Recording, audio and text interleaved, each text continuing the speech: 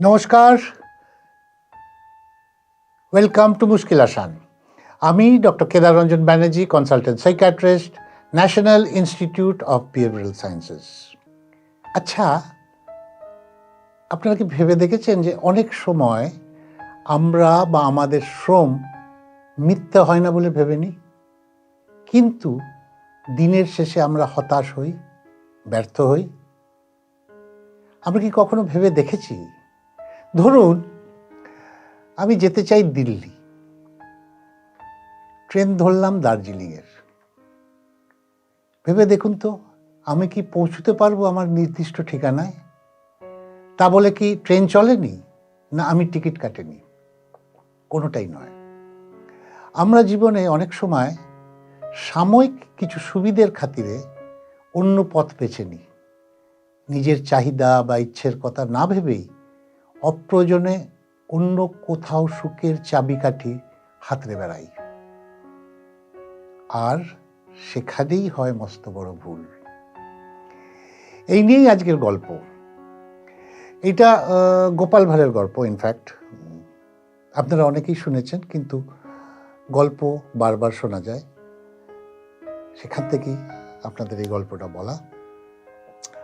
এটা বহুদিন আগেকার কথা, বুঝতেই পারছেন। তখন ইলেকট্রিসিটি ছিল না, বাড়িতে লম্প জ্বলতো, আর রাস্তায় সন্ধেবেলা আগুন জ্বালিয়ে যেত বড় বড় খাম্বায়। সেটাই নাইটে আমাদের স্ট্রিট ল্যাম্প হিসেবে গণ্য হতো তখনকার দিনে। তো যাই হোক, দিনের বেলা একদিন দুপুরবেলা গোপাল ভাঁড় তার দাওয়ায় বসে পায়ের ওপর পা তুলে গড়গড়া টানছে। চোখটা বুজে এসেছে, একটু ঘুম ঘুম ভাব। সেই সময় ঘোড়ার গাড়ির আওয়াজ শোনে, হ্যাঁ, ফিটন গাড়ির। মহারাজ তখন গোপাল ভাঁড়ের বাড়ির সামনে দিয়ে পেরুচ্ছিলেন ফিটন গাড়িতে। মহারাজ দেখেন গোপাল ভাঁড় বিকেলবেলা পায়ের ওপর পা তুলে, পা দোলাতে দোলাতে আরামে গড়গড়া খাচ্ছে। রাজামশাই নেমে আসেন ফিটন গাড়ি থেকে, নিয়ে গোপাল ভাঁড়কে জিজ্ঞেস করেন, হ্যাঁ রে গোপাল, তুই এত শান্তি এত সুখ কি করে পাস বলতো? তুই এত সুন্দরভাবে এই সময় বসে বসে গড়গড়া টানছিস, পায়ের ওপর পা তুলে পা নাচাচ্ছিস। আচ্ছা, আমাকে বলতে পারিস এই শান্তি এই সুখ কোথায় পাওয়া যায়? তুই কোথা থেকে পাস? বলে, হ্যাঁ মহারাজ, বলতে পারি, কেন পারবো না। আপনি কাজ করুন। আপনি তো কাজে যাচ্ছেন মহারাজ, আপনি ফিরবেন কখন? বললো, আমার সন্ধেবেলা হয়ে যাবে।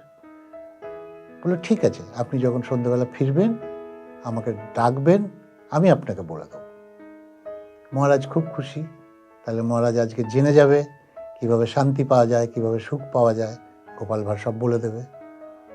মহারাজ বিদায় নেয়। গোপাল ভাঁড় আবার এসে গড়গড়া টানতে শুরু করে। সন্ধে নামে, রাস্তার আলোগুলো জ্বালিয়ে দিয়ে চলে যায়। গোপাল ভাঁড় ফিটনের আওয়াজ শুনে দেখে দূরে রাজামশাইয়ের ফিটনটা আসছে। গোপাল ভাঁড় দৌড়ে গিয়ে একটা রাস্তার ধারে ল্যাম্পের নিচে বসে কি খুঁজতে থাকে। রাজামশাই এসে হাজির, ফিটন থেকে নেবে। হ্যাঁ রে গোপাল, কি খুঁজছিস?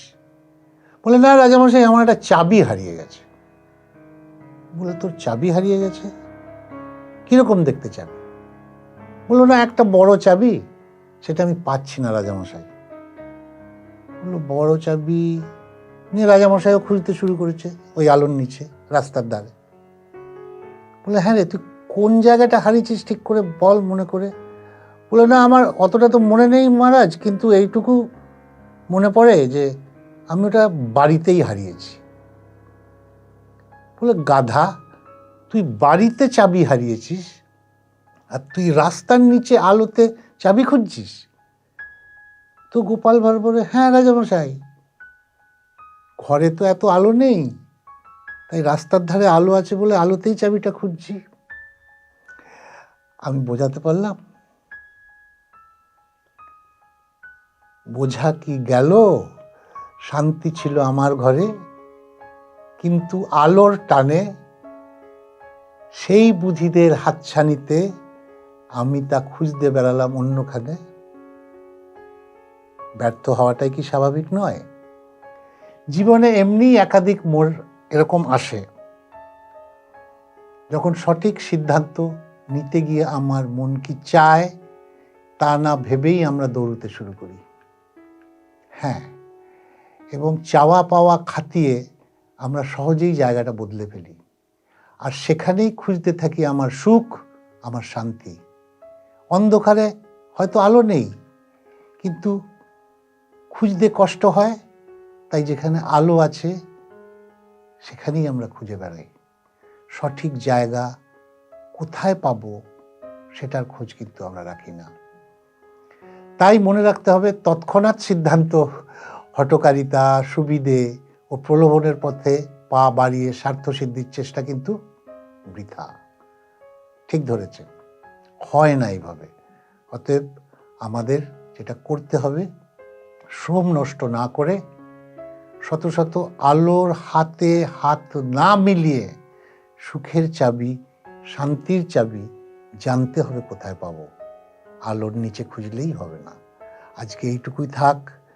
যদি আপনাদের গল্পটি ভালো লাগে, লাইক দেবেন, শেয়ার করবেন, এবং আপনাদের যদি কিছু গল্প থাকে নিজস্ব, যেটা আপনারা চান যে আমাদের মুশকিল আসানের প্ল্যাটফর্ম থেকে আপনার গল্পটা বলা হোক, আপনারা লিখে পাঠাতে পারেন।